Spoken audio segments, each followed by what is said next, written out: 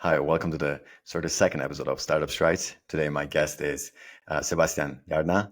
He's the CEO of Talentium, a very fast-growing startup. And we're going to delve into the technology behind it, obviously, for the episode. But thanks so much, Sebastian, for being on the episode today.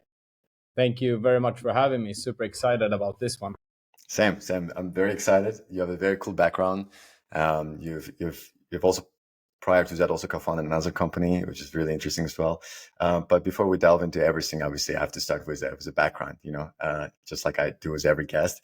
So tell me a bit more about yourself and kind of, what you were doing before starting Talentium and how it shaped your journey as an entrepreneur. Absolutely. So just to go through a little bit like how this started was that, I will start now a little bit from the beginning also to tell you how I even came up with this. So I was working at the company where we had like this kind of concept of pure kind of recruitment solutions. And I think the process were super inefficient, and I had these kind of ideas that you could start to automate these kind of solutions. But yeah, I started my first company for roughly 2.5 years ago, and it was a company where we were basically analyzing huge amount of data. So it was like a new way, like how you can analyze huge data set, and I think we had a very unique approach. And I think back then I didn't were super into AI and all this kind of stuff, but we still had this idea of finding machine learning engineers because we were super curious about it. And I think everything and from our side and how we even come up with this was we were sitting and sourcing on LinkedIn, and no one had even wrote anywhere that they were machine learning engineers. So it was super hard to find this kind of people. I got this kind of thing where we feel okay, there need to be a more efficient way. So we were just sourcing and trying to find the absolute best fit for the machine learning role, but we didn't really finding it at that time. And I remember us going to LinkedIn and doing this kind of job publishing of machine learning engineers. And it was so strange to get so much different roles, everything from marketing persons that were searching to everything. So it was super inefficient. So I kind of felt the pain point back then, and felt okay, we really need to effective this kind of process, but we hadn't done it yet. So it was a very fast kind of journey because we actually sold the entire code base got acquired after 7 months. So it was a super fast process and super kind of fun to become a part of that and to really drive in that. So yeah, I didn't have super much to do after I sold it. So I was around traveling a little bit and starting to play a little bit of tennis. And I think that is where my second idea come to life. So after I played a little bit of tennis, I started to kind of think about, okay, but what is happening with the tennis balls? So basically what I created with my second company was called Play Green. And Play Green are basically gathering millions of tennis balls, and we are separating the filth from the rubber of a tennis ball. And with the rubber, we are building new playgrounds for children, etc. And with the fiber, we're actually developing a new way where you can add a new fiber to it, so you can use it as worm insulation inside of walls. And this fiber will also prevent bugs, etc. to eat kind of our of the material. So and to make it worm insulation. But it brought me back to the same kind of problem that I've had before, sitting and sourcing for candidates. Because now we didn't have we weren't supposed to find machine learning engineers, but we were supposed to find machine engineers, pure people working with huge machines. So it brought me back to it was so hard to find these people and to actually build this kind of massive machine that can separate the filth from the rubber. So that is kind of where Talentium got started from. So I have felt the pain from the beginning, and yeah, so that was a little bit about where we started. That's really cool. Have you always wanted to become an entrepreneur, or was it kind of just you've figured out a pain point and you were like, okay, how to solve this, and then just kind of went with it, or was it always an inspiration to become an entrepreneur? I think someone for me it has been always about I wanted to create something, because I like to developing stuff, and I have kind of ideas of things that I want to see and test if it works. So I didn't like have like a proper plan, like I want to become like an entrepreneur, like whatever. I didn't like see myself as a founder, but it kind of just went that way. Because I like to, developing stuff, and I like to, try and, go in like things that I think is. God. A lot of people come up with ideas, but they kind of like stay at the idea level, right? But you take an idea and you transform into business. How do you approach that process? Like, at what point you're like, okay, this idea has the potential to become a business? So for me, like I really like just get the idea, and like from there I just have this kind of crazy like thought process. So I just start with, okay, I have this crazy idea, and like how can I start to execute it? Like it can be something like as weird, as like recycling tennis balls. It's a Yeah. very Yeah. different kind of subject, Mhm. but still, like what I'm seeing and what I'm kind of feeling with it is like I just see this idea, and then I start like, okay, but how can we make this in practice? From the beginning, I just see like the idea, and then I start the creation of it. So I break down the problem, and then I just start the execution. And I like, for me, I think it's very important that I try to make it to the core. What is Mhm. the actual problem, and like how can we execute it like based on the problem? Got it. Um, so we're gonna talk about Talentium, obviously, what you guys doing and how you guys doing it differently. But sometimes when I kind of like Google things, I feel like recruiting technology space. Maybe again, I'm not very professional, I'm not knowledgeable, so you tell me. Sometimes it seems like crowded. Did you ever feel that way, or were you confident that Talentium's approach was like really different from what market's offering right now? So I think like for us, there is like a lot of verticals when it comes to recruitment, of course. And I think like there is like also solutions that is like trying to do like stuff, that is might look like similar to what Talentium does, but we are like having a very unique approach in how we're like approaching stuff. And I think as Talentium, just like to touch upon it, like from the beginning when we started this, we had like this kind of idea that we wanted to automate the already existing solutions. But now like when we have like been in the space like a little bit like longer now, and we're starting to see like how the HR people and the HR managers like are moving, and we have gained like like so valuable like things that we can like really adapt. We're now starting to see like we're not automating the tools, we're actually rethinking the tools. So like how can we instead check like from that you find a talent until it's hired, like how can we re-engineer that and come up like with a proper solution that no one else has. And I think, for us, it's more like important to really make that, because it doesn't matter which solution you have. It's matter more about the end goal, like what do you want to achieve? And that is kind of what we are seeing with Talentium. How can you, as fast as possible, get the most precision in like the person that you're finding, but also the person that you are hiring, so that you're not feeling like the person jumping off after like 6 months, because it should be like a Mm, perfect match. So that is kind of how we are like seeing it right now. got it. Well, you already touched upon that, so I'm gonna ask you a question about it. I guess you already briefly mentioned a few things, but tell me more about Talentium. Yeah, of course. So Talentium is like a global search engine where you can identify like the right talent that you're looking for in seconds. So with Talentium, we have built like imagine it like a prompt bar where you can just go in and you can search, I want to find a software engineer in San Francisco, should have skills with Python and React, and basically exactly what you're looking for. So what we will do is that we will go out and we will fetch information about so many people and build like comprehensive pictures on what you're like really looking for, like detail. And then we will present the most relevant candidates out of what you're looking for in seconds.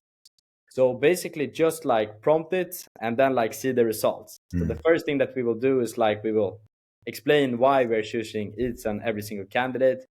And then we will start to present like the candidates out of that. So from there, we have built like an entire solution where you can automate the entire process. So not only the sourcing part, like that's the main part of Talentium, but we also have so much functions. For example, when someone is switching job, like inside of Talentium, like if you're having like a talent pool, like all the companies already mm, having today, and you're seeing someone is switching job inside of that talent pool. Today, that process is manual. So you are sitting like by yourself, updating whenever someone is switching job, adding an education, like all this kind of stuff is like manual process. But with Talentium, that is completely automated. So you can focusing on like the core, like just mm. having the meeting with the talent and the candidates, and like connecting with like relevant people. Because we are eliminating like the sourcing part, the kind of the ATS function, but also like the outreach part, because we are like built like a concept where we are fetching their direct contact information with personalized messages to all of them. And we are also like pretty soon, which I think is very exciting and like good to mention, is that we have now been working on like T2, which has been like our main launch for a while, but in a very short amount of time we will actually launch Talentium T3, which is our like absolute like new version, and it's like very different from everything that we have been doing so far. That's really cool, really exciting, by the way. So I actually have a couple of questions from what you just said. Gonna be a bit diverge from the questions I have on the side. So essentially, you guys are streamlining every aspect of recruitment. Do you guys, is there gonna be need for recruitment for interviews as well, or you're just removing that aspect too, or is it just like a direct connection between businesses and the employees? So we have like our own solution, which we are providing to like amazing HR teams today and like talent acquisition teams. So that is kind of what we're providing today, and that is like our version for every like recruiter to manage, right? But we also have our concept, which is like pre-launching, like it's called TED, and it's like a waitlist concept where we're having, and TED stands for Talent Engagement Director. So it's like a fully automated recruiter. It does everything from finding the talents until like sourcing the talents, until like, doing the pre-screening, coming up with campaigns to contact them, and like does the entire process for you, and also schedules the meetings for you, because TEDs already know about your calendar. And I think like one amazing thing with TED, which is also very cool to mention, is that TED also, can take actions out of the meeting. So inside of Talentium, we can record the meetings, we can summarize them, and put them like on the candidate's card. And once we're having, that kind of process, then we also know the next step, like the action point, like what was like the things that we should take from this meeting. So then we can actually execute like the entire funnel until the candidate is hired. Wow. Wow, that's really cool. What's the hardest part of building a business like that? Because you not only you have to work with businesses, but you also have to work with a lot of different individuals from very different industries. And you've been building this for a while. I mean, as a founder, you've probably faced so many challenges. But I guess I'm curious, like, what's the one of the hardest things about it? I think like for us, we have faced so many like technical challenges. It's just like a challenge by itself to, gathering all of this data. That's one part of it. But then you should also build like a proper search engine, like to filter through the data. So I think, for us, and like from the perspective of like to be able to like from a search engine perspective to like identify and like present like the most relevant candidates, that is like a super hard task. But what we're like seeing now in the space and like how it's moving is like there's coming up like a lot of agent approaches. But I think like one very big like difference here, and one thing that you need to understand when it comes to agent, is like an agent can just be as good as the tools that they're using, right? So you need to have a super solid like foundation of a very good search engine and like all of this kind of like stuff, like in the absolute like bottom, to be able to build on top of that. And I think one thing that we have focusing very much on Talentium is like to build the absolute like best team possible for our specific task. So Talentium is now having a lot of ICPC world finalists, IY like gold medalists, and we have like recruited these people through our own solution from different sources aside from LinkedIn. So our entire like technical team is like recruited in some way like from Talentium and from like different sources that is like not LinkedIn. So we have like a combination of it, of course. And I think, for us, that is like super exciting. And also, I have heard like a lot of people like when I was in FSA, like eat your own dog food, but I think it's more like drink your own champagne, is if the solution is really working, Yeah. then that is exactly what you should do. Yeah, the company using its own product is always a great sign, which is actually kind of nice segue into my next question, the question about AI. I mean, right now every company is utilizing AI to some degree, and you touched upon the language models too. But recruitment is innately very human endeavor, right? There's a lot of human psychology and emotion involved there, so how do you see this relationship between the human aspect of it and the AI evolving as time passes? Do you think at some point AI is going to be more intuitive than the human recruiter?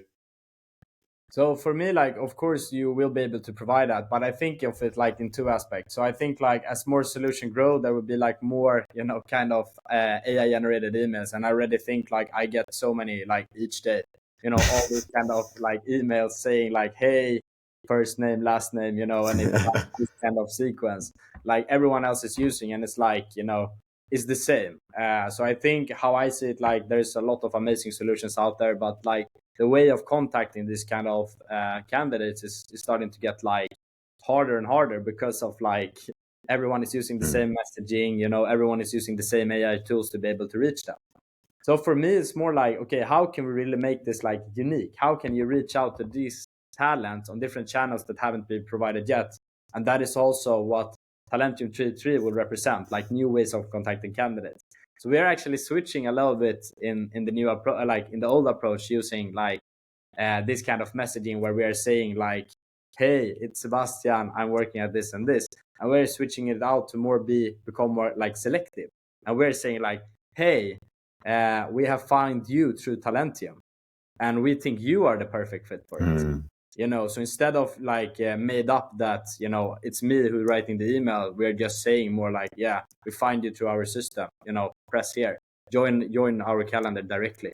So it Gotcha. will, and we use just like so many different approaches. That's just like one of them, but that we will introduce. That's really cool. Well, you already said about a couple of new functions that either you're doing right now or planning to introduce soon, which means company is growing. And I believe you recently raised significant funding for EQT Ventures too, right? So really excited, by the way, about what's going to happen. But this kind of like brings me to my next question, which is, as a founder, as you're growing, how do you keep fostering innovation, but also like while maintaining the operational efficiency? Because scaling is one of those like tricky things, right? So like, how do you approach that? How do you manage that? I think like for me, and as like our organization is like very very widely spread. Like we have people in San Francisco, Arizona, China, Indonesia, Sweden. It's so many different like aspects of both culture that you need to like adapt to, and like workflows. Like every single like person is working like in a different aspect and like are formed in different ways. So you need to be able to adapt that to like a culture. So for us, like we are trying now to set like a very solid foundation, like what are we kind of as an organization, and we need to have that in, it needs to be in all the parts of the organization. So it needs to be super clear. So once you have that, then you can scale like upon that, like that will be the base for everything. And we are trying to foster in like a environment where you can basically like thrive both as a person and also like as a person that wants to work. There's always like someone up because of like the time zone. There's always like someone working, so you can like always be there.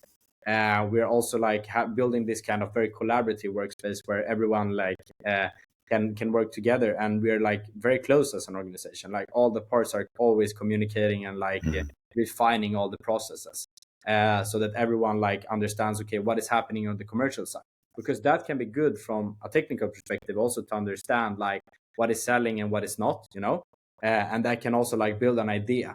And in combination, you have like the customer success kind of view, where you need to understand like the customer, but you also need to understand like, okay, what is possible like from a technical perspective. So you need all these parts like to work very closely together.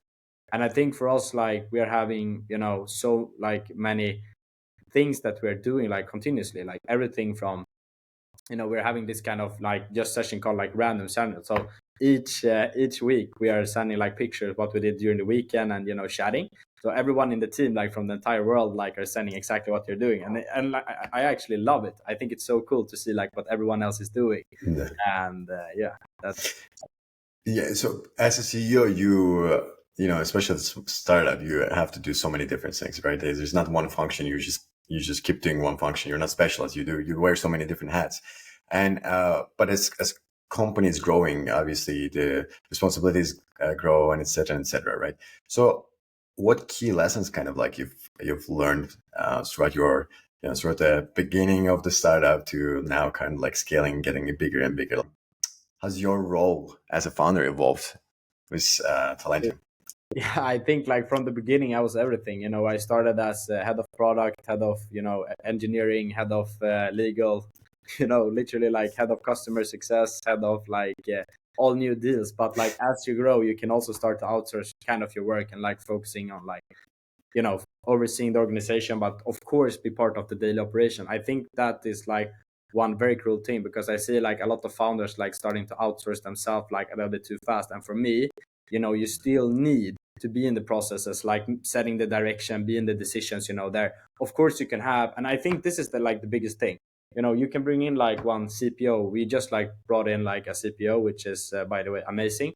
And I think like how our synergies like are working together, which I think like is very interesting, is I am setting the direction of like which way we are going. Of course, we're elaborating and like fetching all the feedback, but he is the one executing.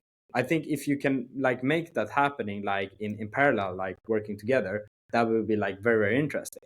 And that is also what we're trying and like pivoting like all the time. But today that has like worked like very, very good. And I think, a lot of people, they are maybe just letting go of the product vision because you have now like brought in like a CPO.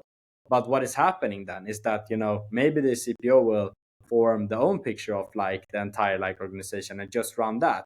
And then a lot of founders is like coming and saying, and oh shit, but this is not like what I meant. And, don't bring in like a CPO too early. And, you're ending up like in this kind of thing. But just because you have a CTO doesn't like CPO doesn't mean that you necessarily can remove yourself from the like entire equation. That is not like how it works. Sometimes startups try to scale really too quickly and they lose profitability, and it's like that's like one of those trickiest balances where you want to maintain profitability, but also you want to scale, and you have to use the funds accordingly for that. Do you have any thoughts on that? Do you have any, I guess, advice for watching entrepreneurs? Like for me, I think like you need to find a balance between like churn and like new accounts, of course, and you need to like really have a good funnel for like getting all the feedbacks necessary to take you to the next step. But in parallel, you also need to scale, depending a little bit like where you are. If you are like in a stage where you need like that you have already raised fundings, or like if you are like raising funding from the absolute beginning, I think like it depends where you are. But for me, I think like the balance between it like will be to build like just an awesome product, because if you have that, then the churn will be very low. And of course like new accounts will come by itself, because everyone is speaking like word by mouth. So try to achieve like the absolute like best product. Like that is like my kind of take on it.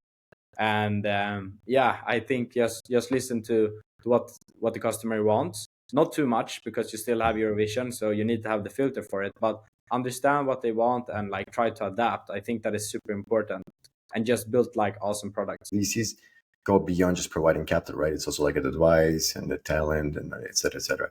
So what do you think? What's the ideal? Like, how do you think the ideal relationship between the founder and VC should be fostered? I think it's really depending on like which stage you are. Like some stages just need like the focusing on building, right? And then they don't need like too much buzz. But in some, like once you're scaling a lot, then you really like need to become like a part of your VC and work like super closely. So I think it's just depending, but of course they can help like through the entire process. And I think like investors and VCs are and can be like so amazing in so many different aspects. So I think like if you really are building the motion correct, like it can give you like so much value. And for me, I think like we are growing like continuously, like both from the customer perspective, like internally, and like as an organization, like and I think like where we are standing right now, we just like are aiming to take it like to the next level. And I think how I should see it is like as you're growing, you will always need to evaluate the state that you are in.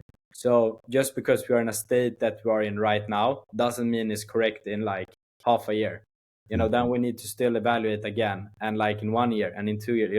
You always need to like check where you are and where you're standing, and then basically adapt from that. It's so important. Got it. I want to ask a question going back to what you said about the product, because it was a very interesting thing, and I want to ask a follow-up question. I just remembered. You said you should really focus on building a really good product.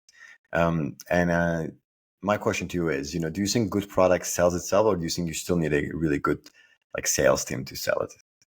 Oh, this one is hard. Like, yeah, but I think like a really, really, really good product sells itself. I think like the word by mouth is one of the strongest marketing that you can get. Like, and if people is starting like check this out, it will start like to spread. So then you're doing something like completely right. And I think that's an amazing. But if you can connect that to like a very good sales machine, then you will build like something very, very unique, I think. Got it. So you're building your technology in the recruitment space, but I'm curious more about in general about the future of work. I guess my question to you is looking ahead, right? Like, how do you see the future of work evolving over the next decade? Are there any trends or innovations you are particularly excited about? Yeah, I think like when it comes to like the future of work, like it's so also like very, very many like verticals you can check, like for example, Sana Labs, that one way of looking at it, like that is like more towards like maybe like analyzing your internal data and like the driving force of like work from that kind of perspective, like day-to-day kind of basis. And they have their learning platform, etc. You have one other like future of work, like for example for legal and for like lawyers, you have like Leia, like the Oh, Swedish firm. Swedish. Also like very cool, but more from for like lawyers. So I think like depending a little bit like how you're seeing the future of work for us, or for me, when I see like the future of work, like I think I see it like as a pretty like deep perspective. So if you go back in time, how I see like the working like force, you can see like very, very back like in time, you have always like had the recruitment landscape. So very, very back in time, you maybe had this kind of a small kind of group of people, and you maybe were building kind of your camp somewhere. And the way that you were recruiting back then was that maybe you were sending a person out to another camp, like asking, do you have like this kind of competence here and here? And then like it's just like further developed and developed and developed. And then we kind of hit like the boom of like LinkedIn becoming like the main source of like all the recruitment. So you have like LinkedIn, where like everyone is like creating an account, and then they're starting to search for a job, and you're having like all the companies, like an amazing ecosystem. Like LinkedIn is an amazing system. But I think where we are like heading towards is like already are in, I would say, like is there of AI, a new way to recruit, something that no one else has seen, and like a new way to adapt, and something new that is not like happening in 5 years, is happening today. And that is something that you need to start to adapt to as an organization.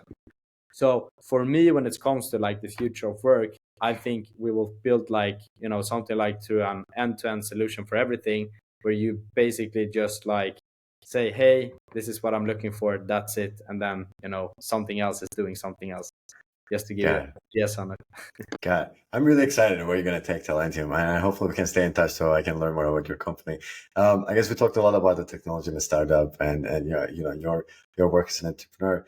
But now I'm going to switch more to kind of like a personal questions and about just the life in general, right? Because building a startup is not an easy thing. I mean, you talk to any entrepreneur, they're able to say the same thing, and different people have different ways of balancing having a work-life balance, right? I guess couple of questions I have to you is like, what's your approach to maintaining that work-life balance, and how do you deal with really like when things get really challenging? I think I've had like, of course, super challenging times, and both from like a private perspective, I have like personal matters, like family matters, like stuff happenings also like on the private side. Once you're also running a like business, like it's hard like to find the life and work balance. And I think like from my perspective and like how I'm seeing it, you need to really like be super certain on what you're getting into once you're creating a startup.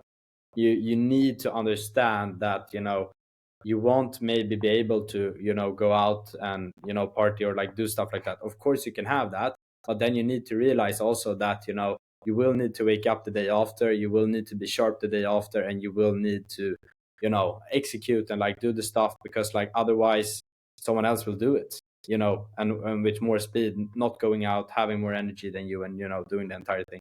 So for me, it's more like you need to understand what you're really getting into once you're creating a startup. Like it will be so much work. You will be working like, for me, like especially, I'm solo founder.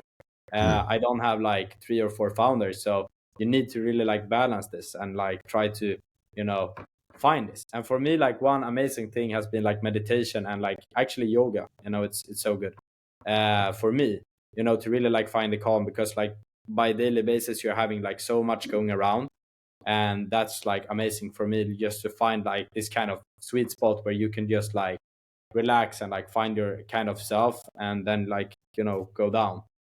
in combination with training, I love training, just going out, like clear your mind, just going out and just like maybe go for a run or like go to the gym, like, clear your brain. And I think that is super important, because what you need to understand, like many people have said it to me before, you are running like a marathon and not like 100 meters, because otherwise you will crash like eventually. I met like all of these founders saying like, I will work 7.5 hours a day and never sleep and stuff like that. And I think I don't think that is smart, because like you will run so long. And I think you need to have like a sharp brain. If you don't sleep, you won't have like a sharp brain. So that is like about everything, and taking kind of the moment. When you're getting the moment, you need to take it and just try to rest. And Got it. for me, just say like, it's for me it's training. For someone else, it can be like playing with a guitar or like whatever. Yeah, So true, true, very true. You said something which I didn't realize that it was the case. You said you're a solo founder, yeah, and what was it, a kind of like an intentional decision? Because like usually every time you see startups, there's always another extra founder, and I feel like even when in our entrepreneurship classes, and they're like, oh, you need to at least have one another co-founder, right? Was it an intentional decision? it's just like to look. I look at this like, you are having a table. You have 100% of work is laying like on a table. If you Mm, are like more people, then you can dilute the task. You have like 25%, 25, 20, so you can maybe like dilute it to different kind of person. For me, and what you need to know if you are like a solo founder, is just up to you and no one else. mm. Not like, just up to you. If you're sick, if you're not showing up, it's up to you. If you want this to succeed or no. So I think like that is like one thing of it. I had one person very early on, which was like super helpful, kind of like a co-founder, but like not here anymore, and like an amazing person that I still have super good relationship with, like. But we had this kind of thing where we were like bouncing ideas, so it's kind of it, but like not 100%. So I think you still need to get the perspective of things. You always need to balance like this. Once you're having an idea, you need to double check it, like, will it work? And you can adapt, because like most of the people, once you're starting a startup, you need also to understand, like, a lot of people will say like, no, this is not good, don't do it. And usually once you're starting a startup, it will not become what is like, what was the first purpose. Will have pivot so much, like it wouldn't be like the same organization. But yes, it's super different. It's super different to be a solo founder than being like more founders. Would you advise it to every entrepreneur out there, or do you think some people need co-founders? Yeah, I think if you really want to have a little sleep and work and feel shit sometimes, yeah, go for it. But otherwise, I would like I would rather like suggest that you find Another. someone that you can drive it with. Fair. You said you bounced ideas with the person earlier on, so and that kind of I wanted to ask a question about that as well. Did you have any significant mentors or books or whatever that really shaped your thinking, shaped your approach to entrepreneurship earlier on? Something that you would recommend, perhaps? I think like for me it would be like so helpful to have this kind of people like in my life when I started, Mm. and I'm like so grateful of like people in my like closely and like that I have been working with like now lately. It's so amazing. But actually when I started, I didn't have like so much like advices, etc. So it's like a lot learning by doing, and just like trying things out. Like of course it won't go like the way that you're like thinking it would go, and because like you don't have the blueprint in your head, but like you would learn a lot by doing this kind of approach. But rather I would suggest, like, if you're having the opportunity like I having today to have like people already done this kind of mistakes, then you should listen to it. So yeah. Got it. We're at the end of our episode. It was a wonderful episode. You're very interesting, and I'm genuinely really excited about your company. I guess one final question, Don, kind of just to wrap things up. What would you advise to people who are watching it? People like me, perhaps in university, wanting to start their own company. What would you advise to them? I say like Nike says, just do it. Just do it. Yeah, like literally, if you have something in your mind, just start, just do it. Because like the path is will be so different. Like doesn't matter, like even if you say like I will do this, you won't end up there. Like probably you will like pivot and you will like do like a lot of things. So I think just start about something that you're excited about, and then you will like figure out the path by time. it doesn't need to be like, okay, so perfect, you know, in every single sense. Just start, and then like it will become more and more perfect as you go, and you will nail it down even more. So yeah, I would say that just do it. Just do it. Great advice. Sebastian, thank you so much for your time. It was a wonderful, wonderful episode, and good luck with everything. Thank you very much for your time.